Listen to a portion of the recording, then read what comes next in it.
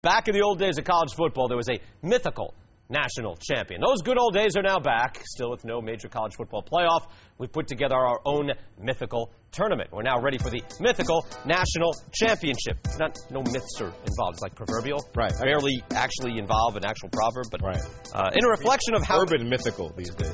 Anyway, I'm going to do this. In a reflection of how many feel about USC, our bracket forced them because of their record to come in, have a play-in game. But now USC moving all the way to the finals. So here we go. Lee Corso, Kirk Herbstreit, ready for USC and Oklahoma.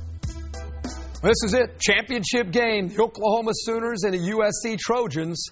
Lee, we've been waiting to find out who would emerge here in this playoff, and now it's here. Who's going to win? Well, I think I'm leaning right now towards Oklahoma, maybe because I just recently saw them live and in color. I've seen them twice, and both times they won. But I tell you what I like about Oklahoma. They've got this kind of attitude that they go into a ballgame, especially if people don't like them or they don't think they respect them. And that would happen at Southern Cal, because everybody says Southern Cal, all those California athletes, Hollywood types.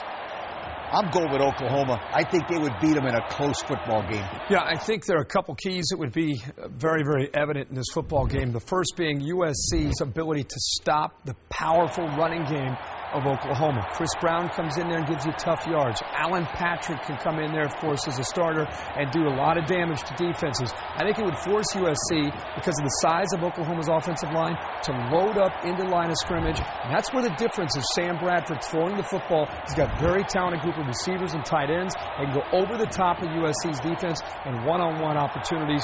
And on the other side of the ball, SC's going to win some battles. Would you agree with that? No question about it. John David Booty's going to make some plays. They're going to make some plays on defense, big plays, but in the end, we got to say Oklahoma Sooners prevail in a very last-second field goal by Garrett Hartley to get it done.